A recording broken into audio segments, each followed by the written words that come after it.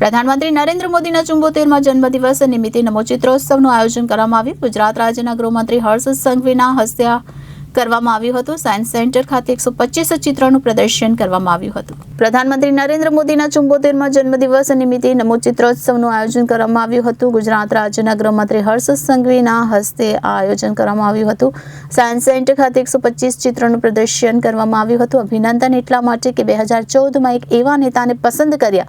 ઘણા નેતાઓના આપણે જન્મદિવસ જોયા છે, પણ નેતાઓના જન્મદિવસમાં મોટા હાર જોયા હશે અને મોટી પાર્ટીઓ જોઈ હશે, પરંતુ વડાપ્રધાન નરેન્દ્ર મોદીના જન્મદિવસમાં નમો ચિત્રોત્સવનું आयोजन કરવામાં આવ્યું હતું।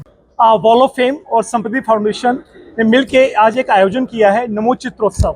अब ये नमो चित्रोत्सव में हमने प्रधानमंत्री मोदी साहब के जन्मदिन को एक स्पेशल डे को मनाया है, जहाँ पे 125 से ज़्यादा एक ही आर्टिस्ट ने पोर्ट्रेट्स बनाए हैं। उनका नाम है शैलेश टंडेल और ये पिछले 8 साल से ये पूरा कलेक्शन कर रहे हैं। आज हम बात कर रहे हैं हमारे यशस्वी प्रधानमंत्री। अगर मैं एक वर्ड यूज़ करता हूँ, स से मतलब होता है जो बात करते हैं समृद्धि की, जो बात करते हैं समर्पण की, जो बात करते हैं शांति की, जो है शांति दूत, जो बात करते हैं स्टार्टअप की, जो ऐसे इंसान है जो संवेदनशील हैं, जो साहसी हैं।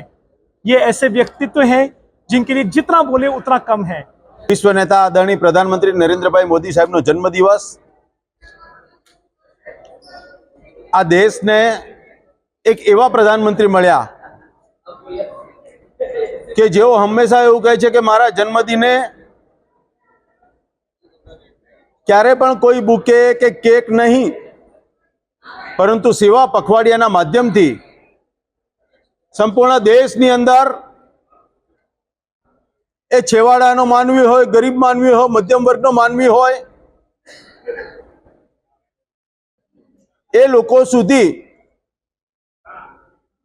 सेवाकीय प्रवृत्तिओना माध्यमथी एमना परिवारनी अंदर उजालो आवे एवा कोई आयामोना माध्यमथी मारो जन्मदिवस उजवाय अने ए न्याय समस्त भारत वर्षमां आ प्रकारना अनेकविध आयोजनों थता होय छे। ब्यूरो रिपोर्ट जनादेश न्यूज, सूरत।